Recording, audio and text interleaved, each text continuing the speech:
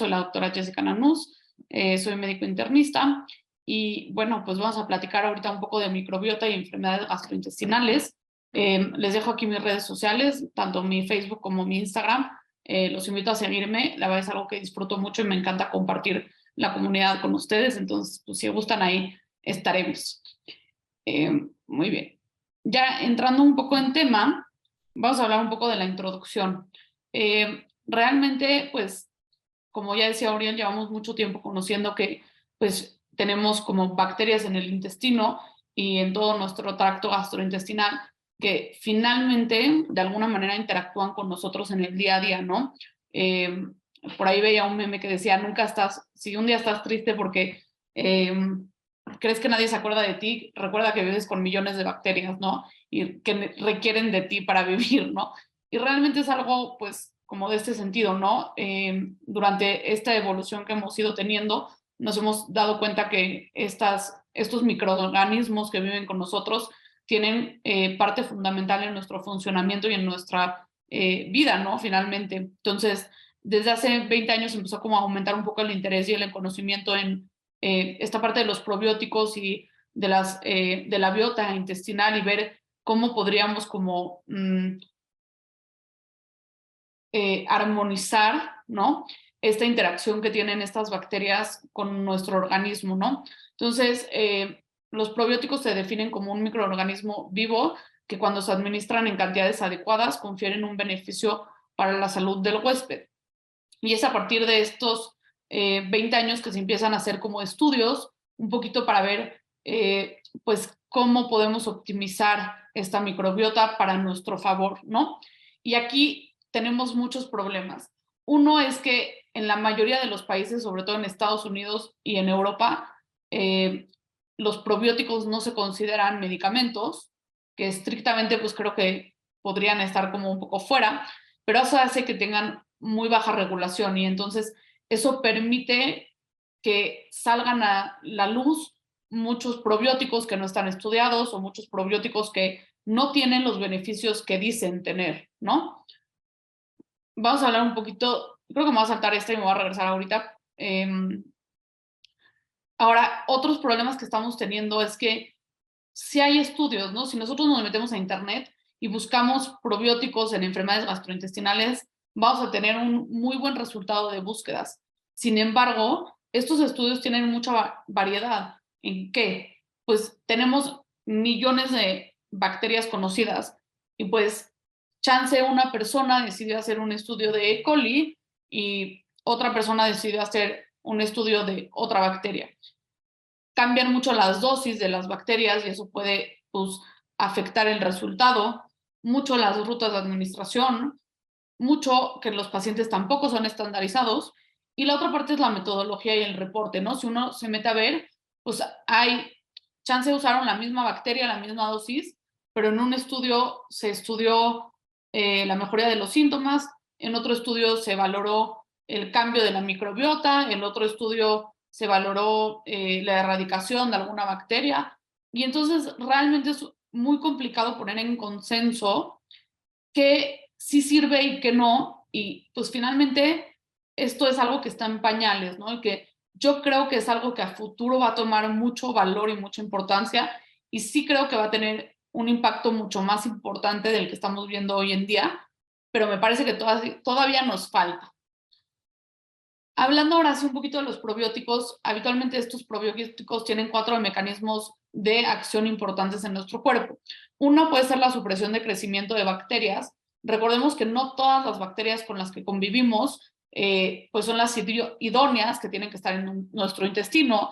Recordemos que algunas viven ahí, pero pues a veces abusan del sistema y empiezan a sobrecrecer.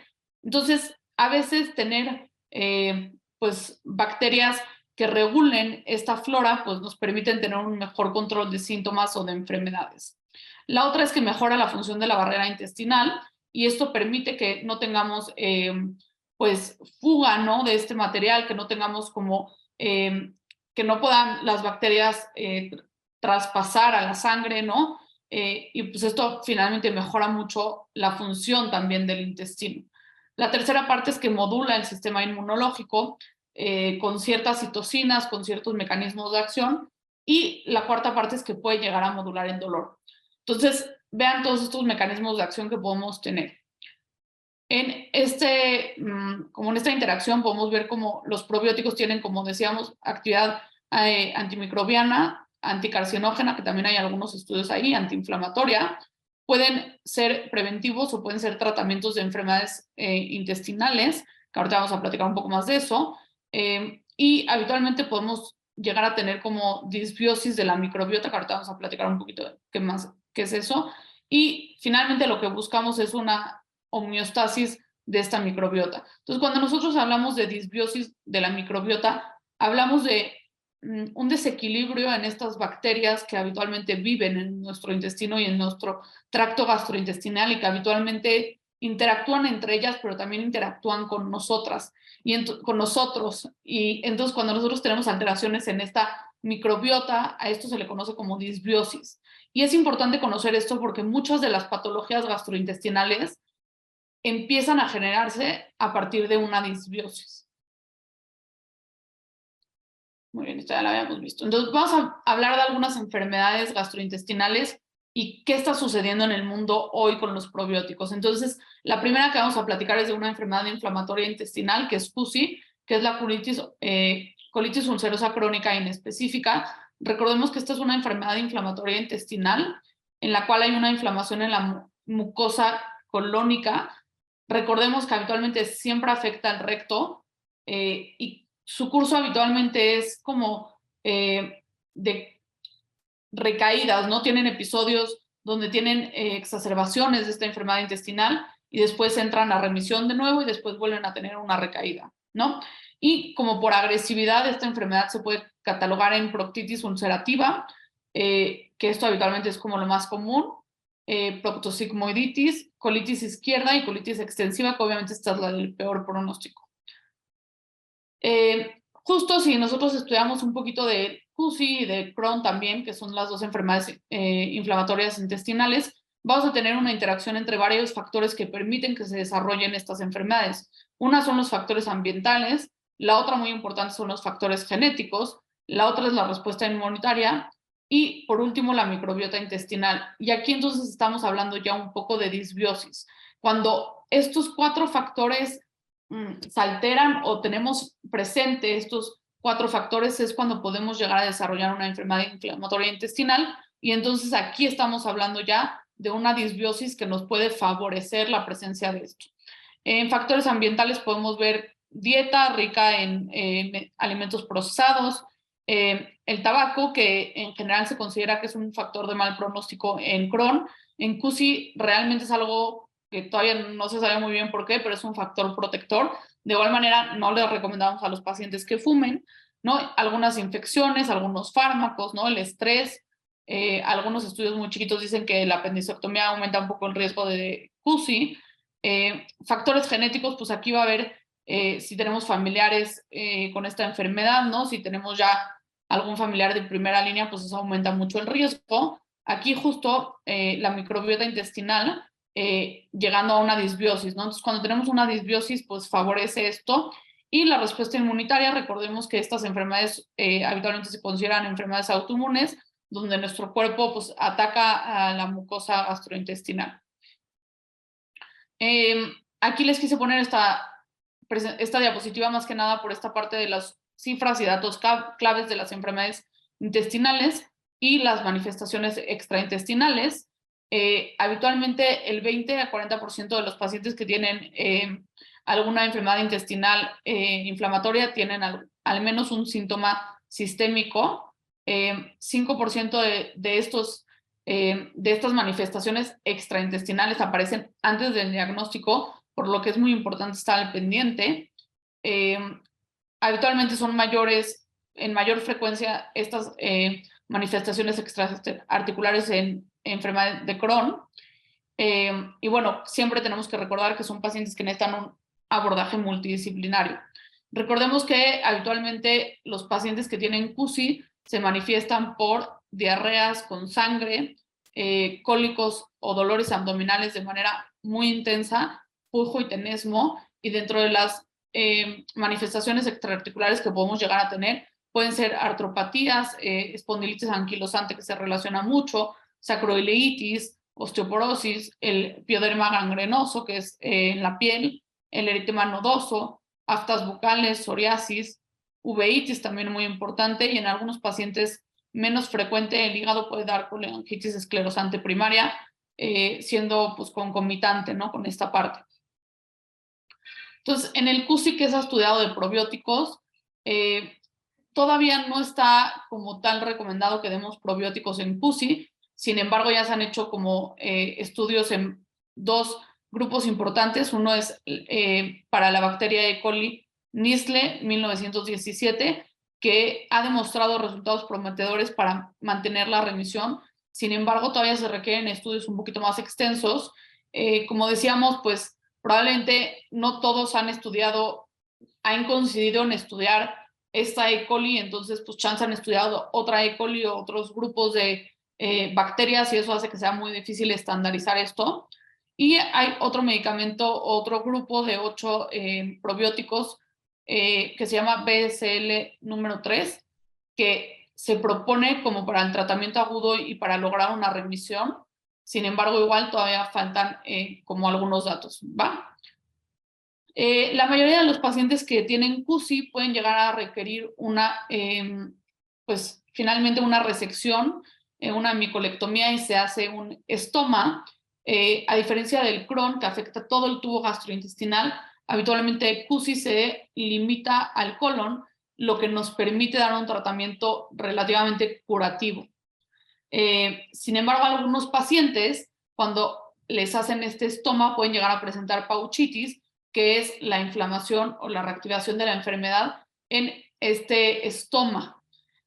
Habitualmente los pacientes pueden llegar a presentar mucho dolor abdominal, eritema de la zona del estoma, diarreas, cambios en la coloración de las heces, ¿no?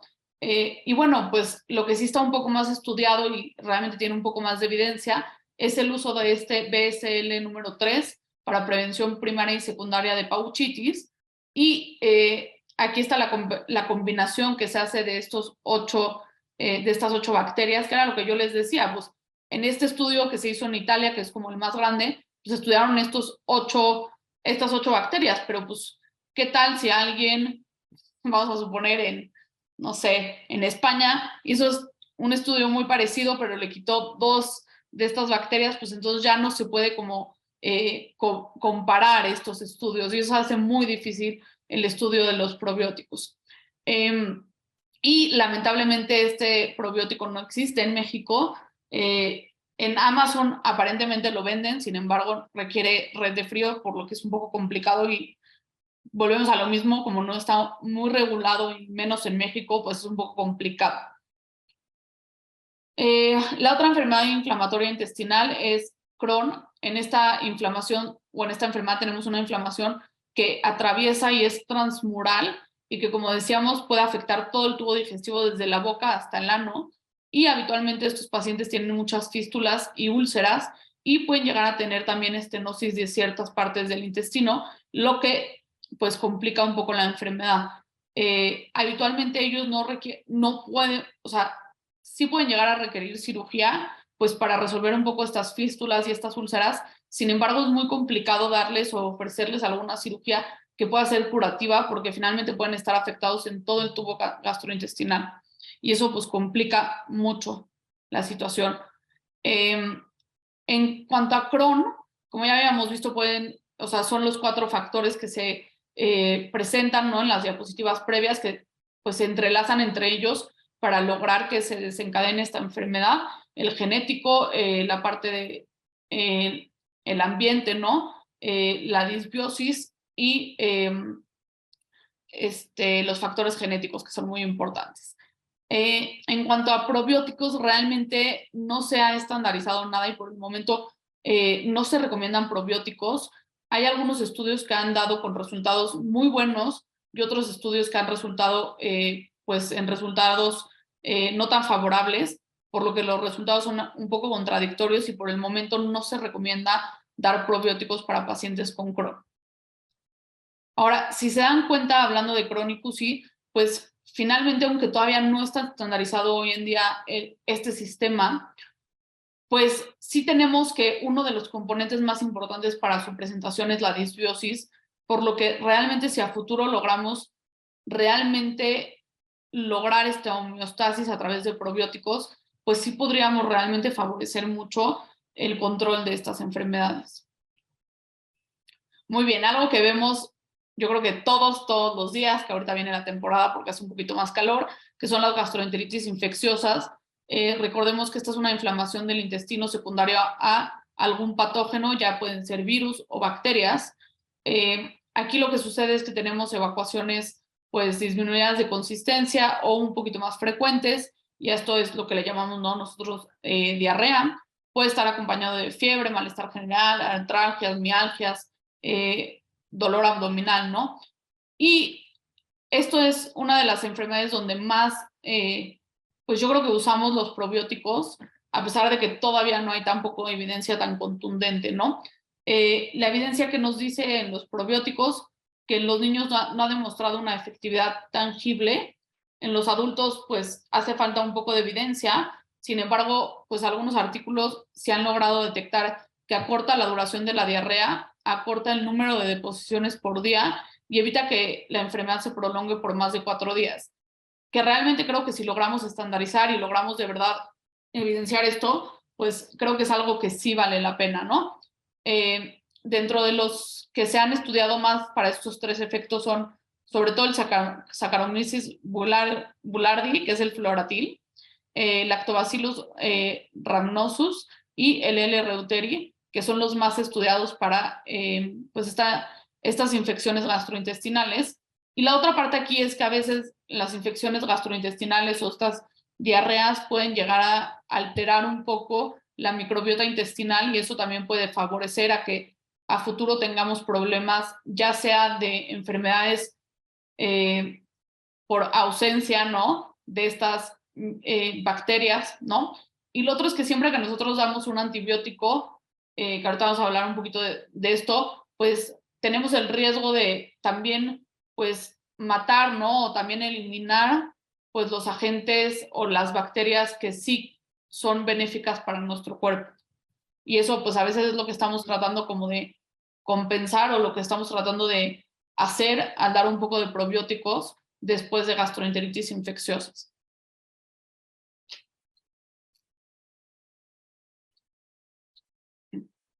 Muy bien, como decíamos, a veces tenemos diarrea asociada a antibiótico. Más o menos el 30% de los pacientes que toman antibiótico van a llegar a presentar una diarrea asociada a antibióticos, y esto se da realmente por la disbiosis. Lo que sucede, como decíamos, es que pues estamos matando tanto a bacterias buenas como a bacterias malas con el antibiótico, y lo digo como buenas y malas en un sentido figurado, recordemos que no es así, pero bueno, pues estamos pues finalmente matando bacterias que sí hacen simbiosis con nosotros y que sí tienen una relación benéfica, y también estamos matando pues bacterias que no tienen, ¿no?, estos efectos benéficos, o que están sobrepobladas, o igual y pues le damos un antibiótico a un paciente que tiene una neumonía y el estómago y el intestino no tienen cabida, ¿no?, en este problema pulmonar. Pues, sin embargo, pues todo nuestro cuerpo va a recibir el antibiótico, y así como podemos eliminar la bacteria del pulmón que la necesitamos eliminar, también podemos eliminar bacterias que protegen nuestra flora gastrointestinal, ¿no?, nuestra microbiota intestinal. Aquí los estudios pues sí son un poquito más contundentes. Más o menos se ha visto en algunos estudios que los probióticos disminuyen el 40% de las diarreas asociadas a antibióticos. La verdad es que tampoco nos recomiendan que a todos les demos esto, solamente a pacientes que tienen como mucho riesgo y que hayan estado como con muchos medicamentos, sí se recomienda darles un poco de probióticos. Aquí la opción, igual que en la pasada, es Saccharomyces boulardii, y habitualmente se recomiendan 200 miligramos 2 veces al día. Aquí también, como decíamos, pues aquí nos ponen 250 miligramos y es un poco más fácil estandarizar. Sin embargo, pues si se dan cuenta en otros tipos de probióticos, pues la dosis es 10 a las 7 más 10 a las 6. y pues eso hace muy difícil que estandaricemos pues nuestro conocimiento y nuestra manera de dar estos probióticos, ¿no? ¿Qué tal si yo en donde estoy tengo pues este probiótico, pero en vez de 10 a la 10 unidades formadoras de colonia, tengo uno que me da 20, ¿no? O tengo uno que me da 5. Pues eso hace muy difícil estandarizar, ¿no? Muy bien. Ahora, algo que estamos viendo cada vez más frecuente y que es algo que vemos mucho en los hospitales, no sé si les ha tocado alguna vez ver alguna infección por Clostridioides difficile, que antes le llamábamos Clostridium difficile. La verdad a mí no me gusta el Clostridioides, pero bueno, así se estandarizó y yo no soy quien para cambiarlo. Recordemos que esta es una infección por un bacilo gram positivo, perdón, formador de esporas, que se da esta infección por sobrecrecimiento. Nosotros podemos tener la bacteria pues en nuestro tubo gastrointestinal sin realmente estar dándonos problema. Sin embargo, cuando usamos o abusamos de antibióticos o inhibidores de bomba de protón, que son los dos más relacionados, pues podemos llegar a tener una infección por sobrecrecimiento de esta bacteria y realmente son infecciones gastrointestinales muy severas.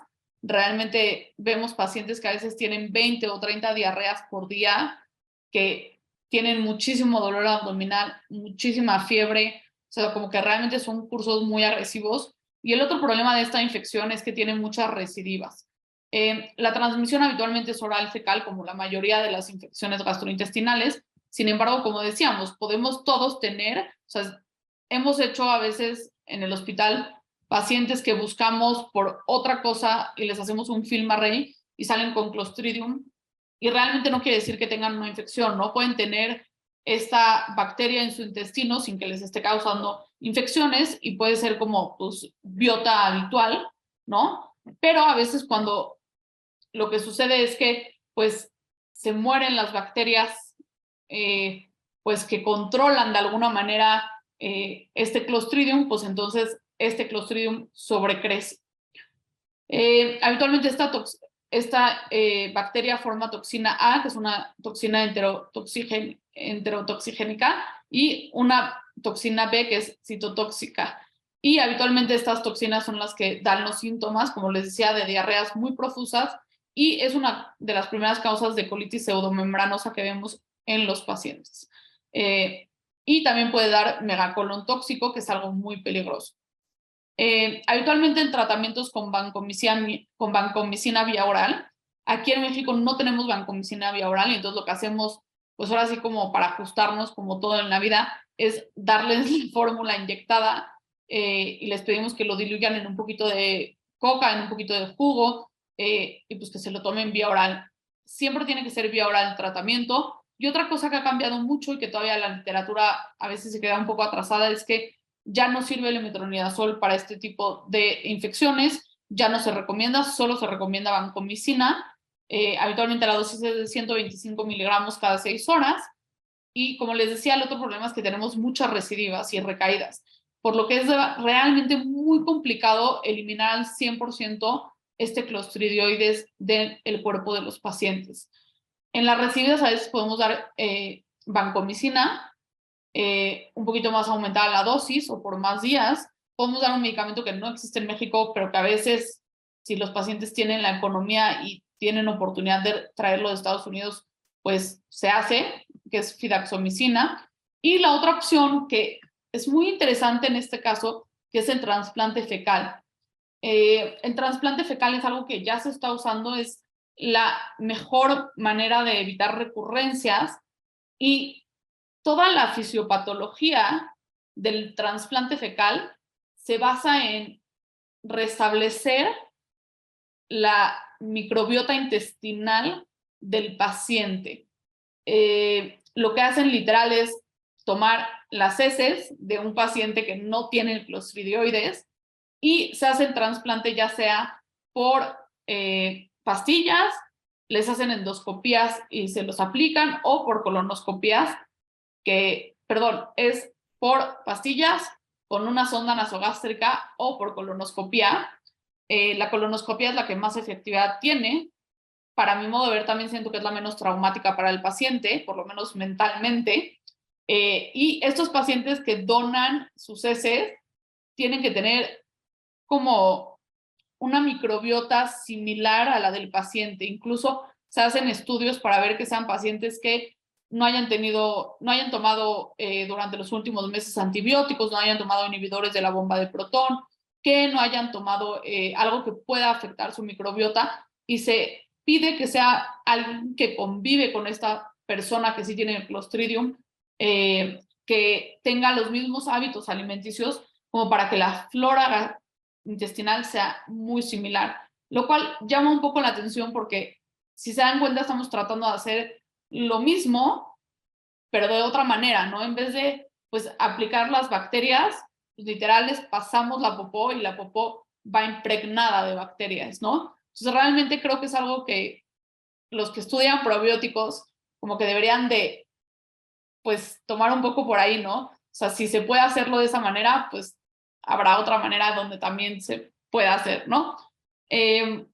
Ahora, ¿qué podemos hacer para tratamiento? No está todavía establecido los probióticos. Realmente no se recomienda hoy en día dar probióticos para pacientes que tienen infección por Clostridium o por Clostridioides.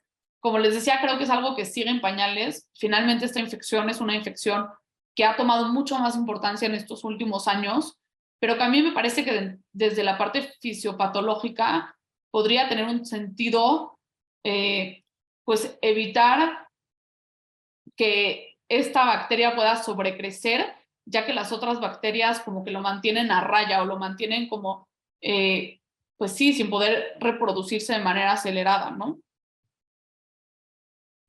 En cuanto a prevención de Clostridium, aquí sí se recomienda, podemos dar en pacientes con antibióticos y que tienen alto riesgo, no todos los que tomen antibióticos, ¿no? Pacientes que ya llevan cursos muy largos, pacientes que ya tienen alteración de la microbiota por otra razón, ¿no? Pacientes que a veces vemos nosotros como internistas que tienen cáncer, más aparte tienen una gastroenteritis, más aparte tienen una neumonía, y entonces van a estar hospitalizados y les van a dar pues muchos medicamentos, muchos antibióticos muy agresivos, más inhibidores de la bomba de protón porque están con esteroide, ¿no? Esos pacientes sí se benefician de tomar probióticos. Los más estudiados son el S. boulardii, que lo encontré yo si lo buscamos como en internet para pedirlo como en Amazon o en Mercado Libre, así.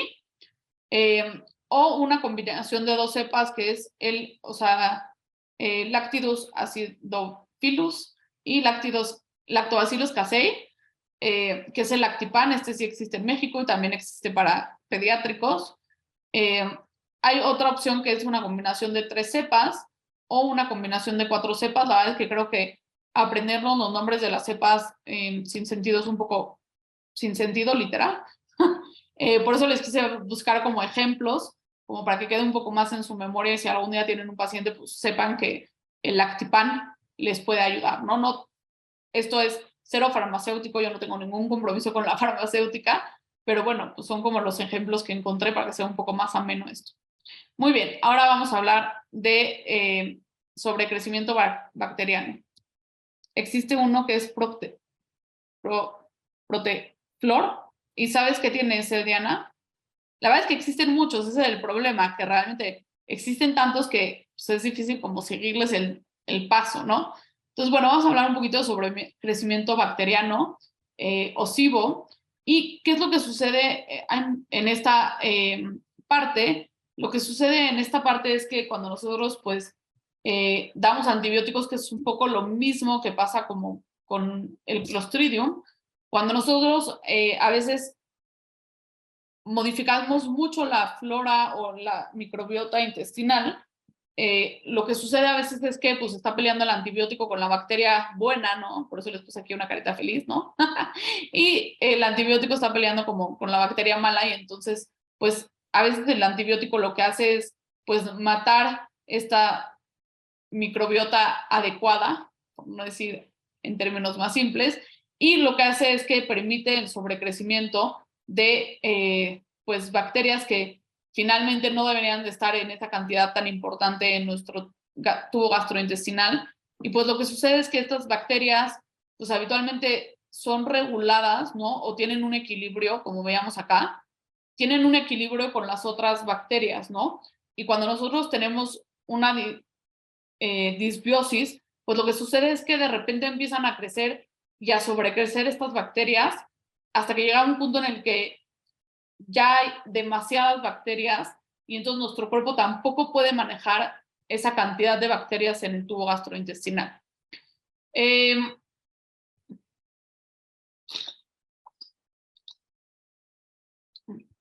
Habitualmente este SIBO lo podemos ver en pacientes o lo podemos ver clínicamente como malestares gastrointestinales, malabsorción, translocación bacteriana, flatulencias, muchas flatulencias, y podemos ver o diarrea o constipación. Habitualmente se puede hacer el diagnóstico con un cultivo del intestino delgado, lo cual es raro y habitualmente no se hace tan frecuentemente. Si este cultivo tiene 10 a las 5 unidades formadoras de colonia por mililitro, podemos decir que tenemos un síndrome de sobrecrecimiento bacteriano. La otra opción es hacer una prueba de aliento, la cual es mucho más fácil, más accesible, pero pues la verdad es un poco menos eficaz, ¿no? Y el otro problema que tenemos con este síndrome es que habitualmente recurre, hasta el 30% de los pacientes llegan a recurrir. Ok, el Proteflor tiene Lactobacillus acidophilus, Bifidobacterium, Lactis y Casei. Y tiene inulina, pues también puede ser una buena opción, Diana. Muchas gracias por agregarlo. Pues también podemos poner Proteflor como otra de las opciones que nos pueden ayudar para pacientes que tienen mucho riesgo de Clostridium y que tienen, podemos darles como estas prevenciones, ¿no? Que decíamos, lo que te decía, ¿no? Pues finalmente no cumple estrictamente así como por ser exactos, ¿no? Y eso a veces es un problema porque pues, no tenemos tanta evidencia exacto de esa, ¿no? Es complicado. Y muy bien, entonces, como de conceptos importantes que tenemos que saber de SIBO, lo más importante o el síntoma más común es como la distensión abdominal, como este síntoma de que se sienten inflamados del estómago. Justo podemos tener muchas deficiencias, sobre todo de vitamina D, de hierro, de vitamina B12. También podemos ver que no solamente hay una causa de SIBO, como lo que platicábamos, sino que hay otras cosas que ahorita vamos a platicar. Y también podemos ver como aquí algunas cosas un poquito más particulares, como que hay ciertas cosas o ciertas bacterias que se relacionan como con alguna cosa como esta Methanobebribacter smithii, que se aparece como, o sea, hace mucho metanogen y es responsable de que se forme como el metano y eso hace que como que tengan como muchos niveles altos de metano en las heces.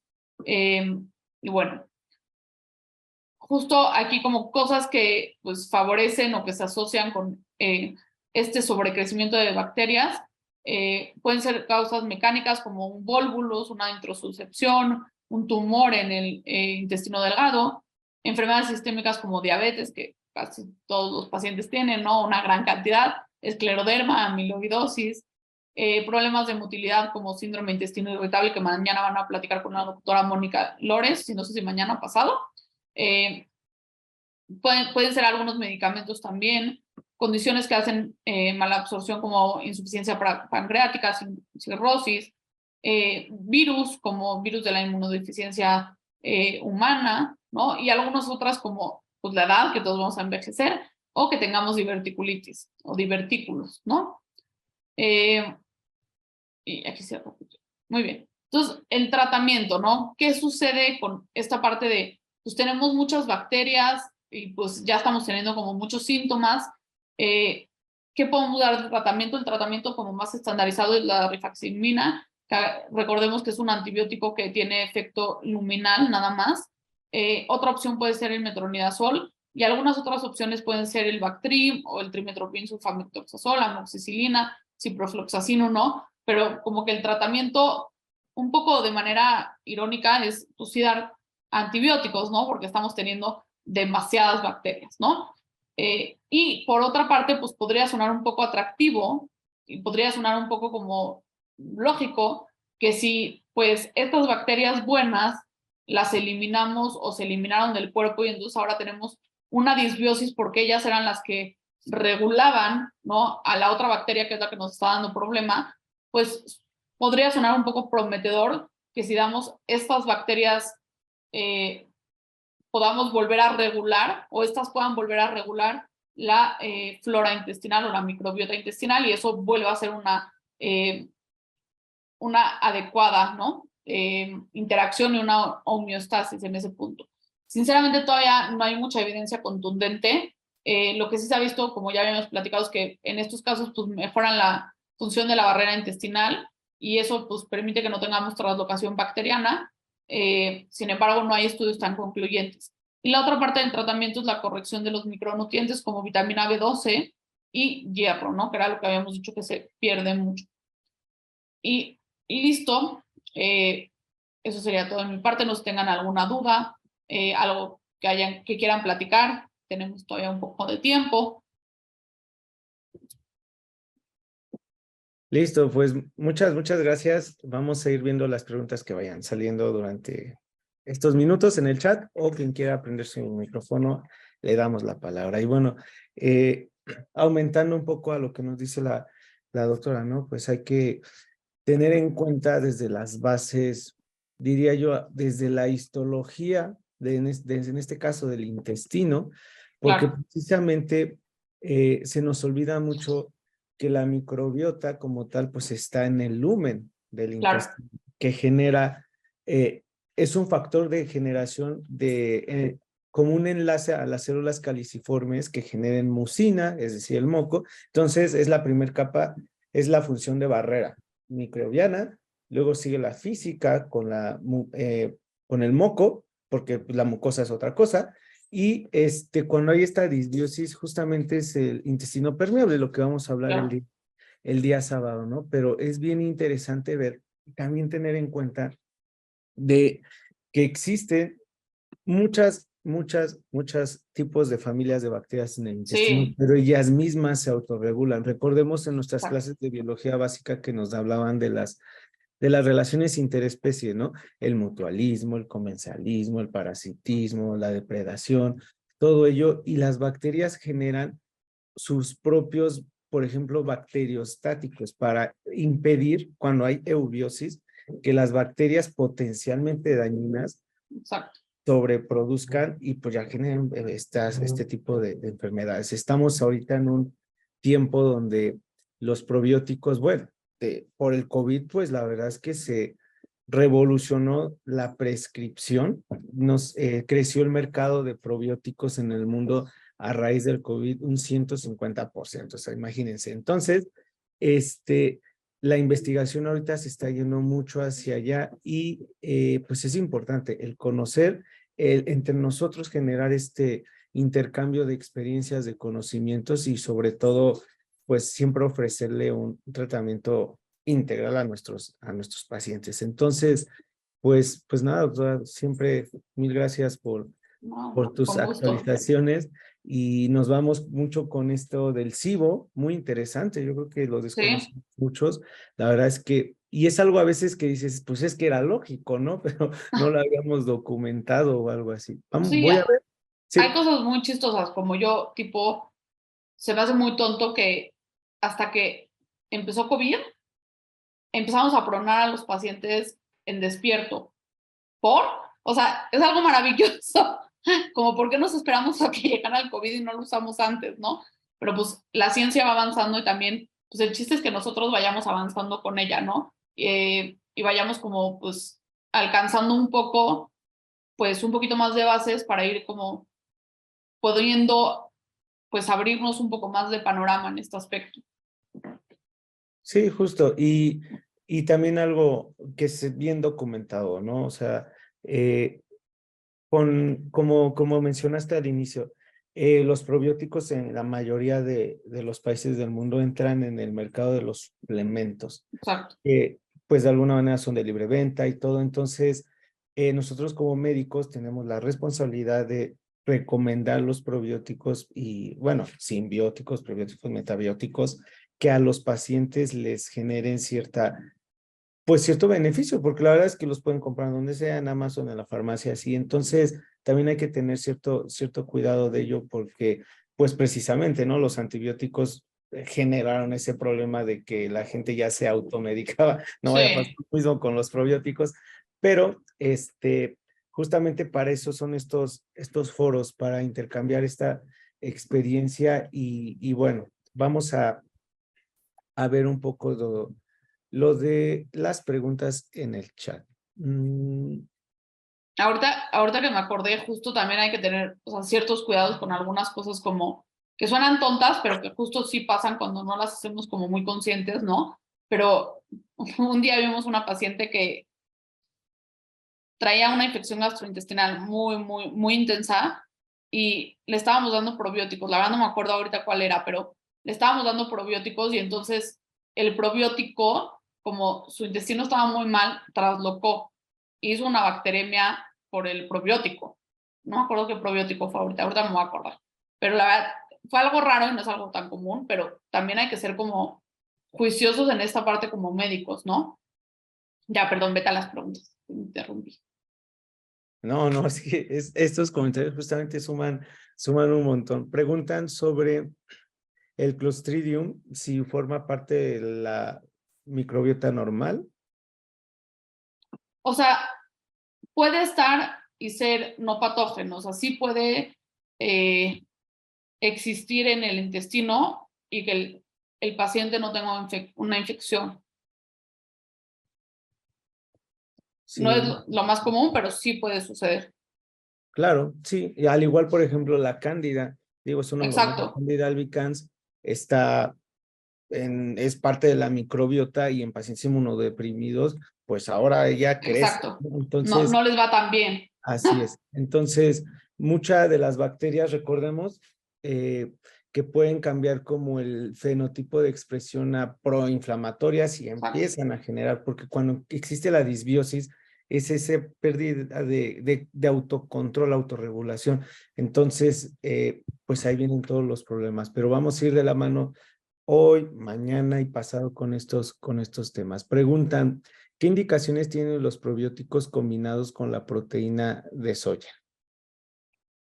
Pues realmente no muchas, y de por sí no hay mucha evidencia en sí de los probióticos por separado. Igual ya de haber algún artículo por ahí, aunque realmente pues no leí, por lo menos de los artículos que leí, nada en particular de compartir la microbiota, perdón, de los probióticos con leche de soya, pero no debería de haber como ninguna diferencia realmente. Yo creo que ahí valdría la pena, si leíste o investigaste algo, ver exactamente, o sea, como qué cepas son, ¿no? También creo que eso es algo un poco complicado en los probióticos.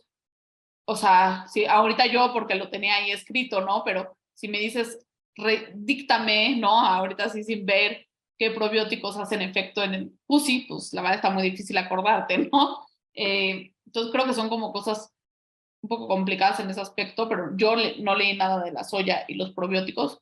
Puedo buscar intencionalmente y si tengo una respuesta se la comparto a Uriel. Va que va. Preguntan sobre bueno, a ver.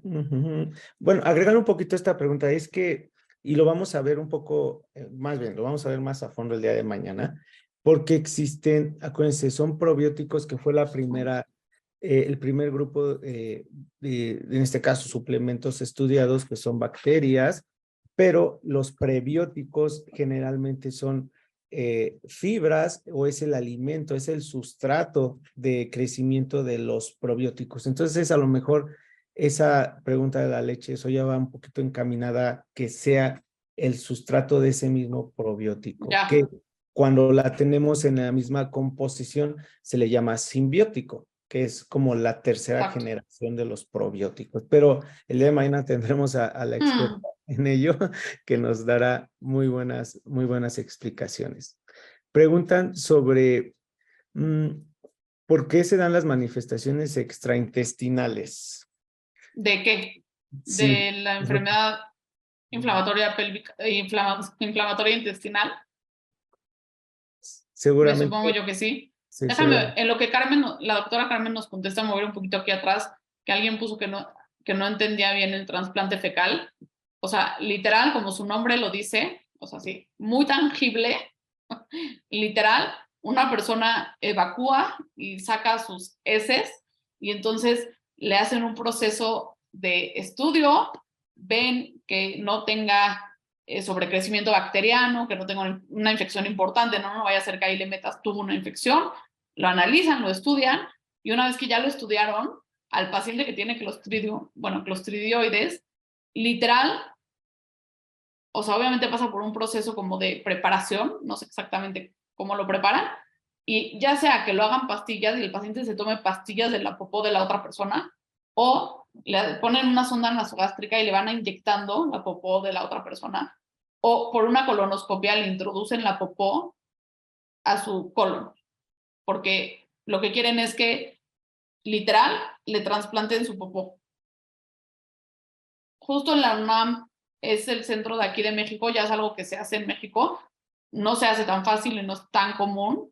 Y la verdad es que yo un día estaba platicando con un amigo que es infectólogo y no saben todos los criterios que tienen que tener para que pueda ser donador de popó.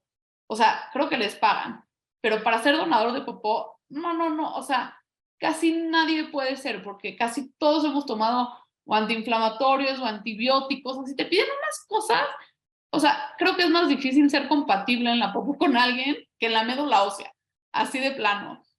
O sea, sí te piden muchos criterios y justo en la UNAM hay un centro bastante grande y justo eso es lo que sucede en el trasplante fecal. O sea, suena un poco desagradable, es un poco desagradable, pero es la manera en la que menos reinciden los pacientes con Clostridium. O sea, la verdad es algo bastante efectivo. Yo creo que va a empezar a usarse también un poco más para otras patologías, pero esa es mi creencia nada más. Sí, pues recordemos que de los primeros estudios que se hicieron precisamente fue materia fecal y pues se les hizo muy lógico el trasplante, ¿no? No había la tecnología para ello, pero pues si nos ponemos en el como concepto estricto del trasplante, pues también el dar probióticos, metabióticos es un trasplante, simplemente que otra vía, Exacto. ¿no? Sí. Y primero lo iniciaron así en trasplante fecal porque pues pensaban, oye, las bacterias no se descomponen en el estómago con los ácidos gástricos, no se descompone con la bilis o así. Entonces, por eso empezaron los trasplantes, pero ahora pues ya hay más seguridad de alguna manera. También digo, no crean que los probióticos se pueden salir al mercado así por así. Digo, los que tienen permiso y autorización por COFEPRIS, pues sí deben de ser seguros. Entonces, importante eso también decirle a sus pacientes.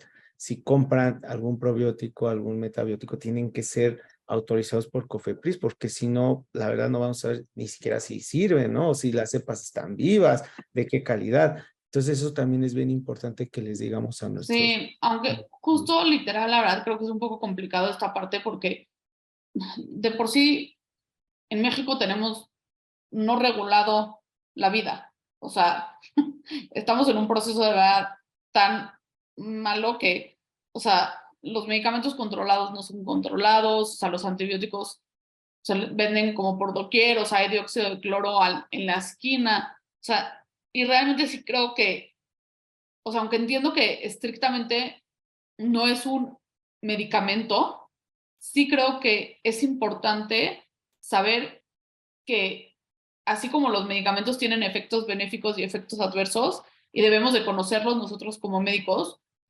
tenemos que hacerlo así en o sea, en los probióticos.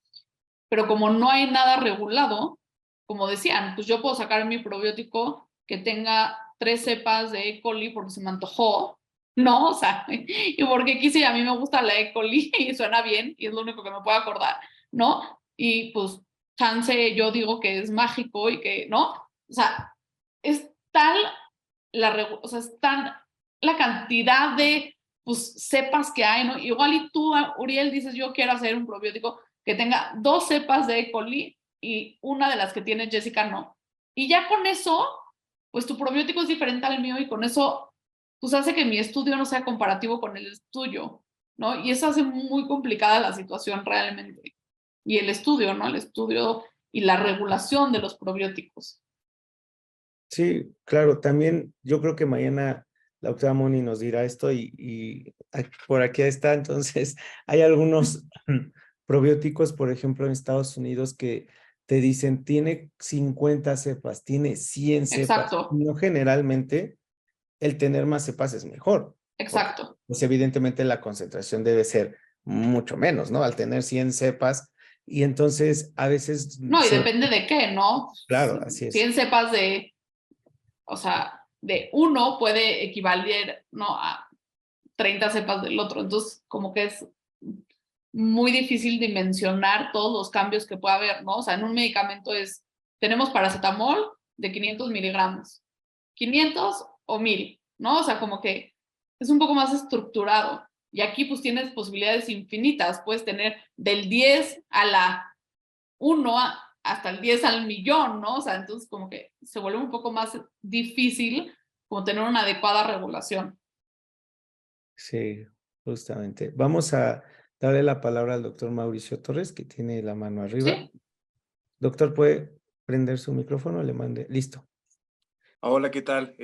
Bueno, se me hace un tema muy interesante y ahorita esto que, bueno, tengo mi formación ahorita en psiquiatría y bueno, me acerqué a esta cuestión de la microbiota y esta situación del trasplante fecal es algo muy interesante que estaba viendo hace poco, que se está haciendo en pacientes con trastorno bipolar, que salió hace poco, que se hizo trasplante fecal y ahorita los pacientes están en remisión. Llevan 5 años en remisión sin tener una crisis y también esta cuestión lo veo, pues bueno, la cuestión gastrointestinal, la cuestión de los problemas inflamatorios de los pacientes intestinales, cómo afecta también la cuestión emocional, Claro. esta cuestión de depresión resistente, pero pues resulta que el paciente ya tiene muchos antidepresivos, pero la situación va siendo otra, ¿sí? Que se me hace muy interesante y una apertura pues muy grande que se está dando y se va a dar, pero muy cierto esto que comentan de el uso indebido, ¿no? Que me han llegado pacientes que sacan todos los probióticos posibles y pues puede generar otros problemas. No sé qué Claro. usted opine de eso, doctor. Pues creo que hay varios puntos en lo que dijiste que son muy interesantes. O sea, el primero es que realmente hoy en día ya sabemos que muchas afecciones gastrointestinales y muchas afecciones neurológicas van como ligadas, ¿no? O sea, finalmente el síndrome de intestino irritable, que es como uno de los padecimientos más comunes a nivel mundial, más comunes en México, o sea, va muy ligado a la parte emocional. ¿Por qué? O sea, creo que aquí tenemos un problema como médicos en la parte de que a veces llegan los pacientes con colitis, ¿no? Este síndrome de intestino irritable, y los doctores le dicen, no, están muy ansiosos, vete, ¿no? Y ya, pero no es que estén muy ansiosos, vete, ¿no? Sino explicarle un poco que, pues, finalmente todo el sistema gastrointestinal tiene o sea, receptores neurohormonales y pues finalmente responde también a ciertas hormonas neurológicas, tiene receptores, y entonces, pues finalmente si tú tienes una alteración pues en el cerebro, ¿no? Si tienes depresión y tienes mucha ansiedad, pues estas neuromoduladores van a estar alterados y pues eso va a hacer que en el intestino también estén alterados, ¿no? Y finalmente, pues funciona un poco viceversa también. Realmente creo que es algo muy nuevo, ¿no? En esta parte del síndrome de intestino irritable y como pues en este conocimiento y esta apertura que nos vamos dando de saber un poco más las interacciones del cuerpo, ¿no? Entre sí. Creo que es algo que a mí me encanta de la medicina interna, ¿no? Que no es, ¿sabes qué? Tienes tu estómago mal, vete, ¿no? Entonces, oye, o sea, tu estómago está mal, pero el estómago mal puede causarte esto, ¿no? Y esto puede causarte esto otro, ¿no? Y como que, pues finalmente somos un todo y somos un ser integral. Y creo que así deberíamos de verlo, ¿no? Y pues como seres integrales también tenemos integrados a nosotros muchas bacterias que ahí pues participan en nuestro día a día, ¿no? Sí, justo. Y también tocaste un tema bastante interesante. La modulación de, de los probióticos, de las bacterias per se, no es su propia existencia dentro del intestino, sino es a través de los metabolitos que producen esas bacterias. Entonces, justamente el día sábado, el doctor Acosta nos va a hablar un poco acerca de los metabolitos que estamos proponiendo que se les llame biomoduladores microbióticos como tal, porque son eso, son moduladores de procesos fisiológicos o de alguna manera fisiopatológicos a través de las bacterias. Y como vimos en la clase del día martes, y quien no estuvo, se las podemos mandar, las bacterias debemos de tener en cuenta que ellas se comunican por igual señales químicas. Entonces, hay que tener eso en cuenta de que ellas han logrado durante toda la evolución, pues comunicarse entre ellas. Entonces, ya Claro, está llegando la ciencia en descubrir esos procesos de biomodulación a través de los metabolitos. Entonces, lo avanzado del conocer los probióticos es que lo funcional son los metabolitos como tal. Lo que producen esas bacterias es lo claro. que ayuda. Le damos la palabra a la doctora Benet. ¿Puede activar su micrófono, doctora? Sí, Listo. sí, muy buenas noches a todos. Buenas noches a la doctora, a quien le agradezco toda esta información. Mi pregunta es muy básica. ¿Qué tiempo, saber exactamente qué tiempo vamos a estar dando estos prebióticos, probióticos? Porque no puede ser indefinidamente. Tenemos que Sí, saber no. exactamente durante qué tiempo, cuándo, cómo, con qué paciente sí, con qué paciente no. ¿Por qué? Porque como ya bien decían, y creo que el doctor Uriel también, esto no es mágico, no, Sí, no. esto es ciencia. No nos podemos salir de la ciencia. Si damos Exacto. un paso fuera de la ciencia, ya no estamos nosotros siendo estos médicos, estos Claro. metamédicos de los cuales hoy estamos hablando en día. De esta parte que usted está hablando, y perfecto, y que yo lo entiendo muy bien, que somos médicos de una totalidad, no estamos hablando de Claro. pedazos de personas. Yo tengo una paciente ahorita, no puedo decir recuperándose, pero está internada por una cirugía que se llama Whipple, doctora, Ujú. que es la de páncreas. Entonces le está Dura. yendo, sí, bastante mal. 73 años, yo se le había comentado este caso al doctor Uriel, pero ella decidió que le hicieran esta cirugía, en el cual hoy que escuché, entre paréntesis, el síndrome de fragilidad, dije, oh, Ujú. gravísimo error, pero bueno, ahí está con muchísimos antibióticos, una mezcla, esto es muy complejo ya, porque está adquiriendo bacterias a las que le tenemos mucho Intrahospitalarias miedo, aparte. intrahospitalarias aparte, el mal manejo que se está dando, yo así lo veo en la parte cardiovascular y de todo esto. Y entonces a esta paciente, por ejemplo, que he tenido oportunidad de ver su expediente, por supuesto, no tiene un solo prebiótico, probiótico, no. Y yo respeto mucho y bueno, yo diría, no, sí que le den para que le ayude, ¿no? Claro. Pero todo tiene un lugar y un espacio. Entonces, no sé, doctora, yo pregunto, no nos podemos seguir de filo con un probiótico prebiótico, ¿no? Tenemos que ser muy cautos Exacto. para esto, ¿no? No sé usted en Yo creo que su son práctica. varios puntos a tratar. O sea, primero que nada, pues definir que es justo muy complicado hoy en día decirte exactamente cuánto tiempo de tratamiento es, porque como decíamos, hoy en día está tan poco estandarizado que cada probiótico tiene un tiempo y cada pues marca como que establece sus tiempos, pero pues el chiste es que a futuro logremos que sea algo estandarizado, ¿no? Y que entonces sepamos con evidencia, como dices, científica, que tenemos que dar este probiótico para esta patología durante tanto tiempo. Pero pues estamos en pañales, ¿no? O sea, está creciendo esto apenas. Ese es el primer punto. El segundo punto que tomaste, que es muy importante, es que lo primero que tenemos que hacer nosotros como médicos es evitar la disbiosis, ¿no? Hay veces que no se puede evitar, pues ni modo, ¿no? O sea, pero siempre tenemos que ir, por lo menos desde mi perspectiva, hacia el lado preventivo. El abuso de antibióticos hoy en día es algo impactante. O sea, con el COVID, yo creo que todos se hicieron resistentes, todas las bacterias se hicieron resistentes a la citromicina y se ríen de ella. Y pues si tenemos un parásito, se ríe de la ivermectina, ¿no? Entonces, creo que pues desde nuestro punto, nosotros somos aquí 109 médicos, pues que nosotros 109 médicos no abusemos de los antibióticos, no caigamos en darle un antibiótico de muy amplio espectro a un paciente que realmente no tiene nada, no. Experiencia, tipo el viernes tuve una paciente muy extraña, una paciente joven que tenía COVID, empezó con mucho dolor en el cuello, me la estaban presentando los de urgencias y yo decía, pues nada, ¿no? Mándenla en su casa. Pero dicen que cuando la revisaron tenía como una tumoración en el lado derecho del submandibular y le hicieron una tomografía y tenía un neumomediastino y un enfisema subcutáneo de aquí a acá, que no sabíamos por qué era.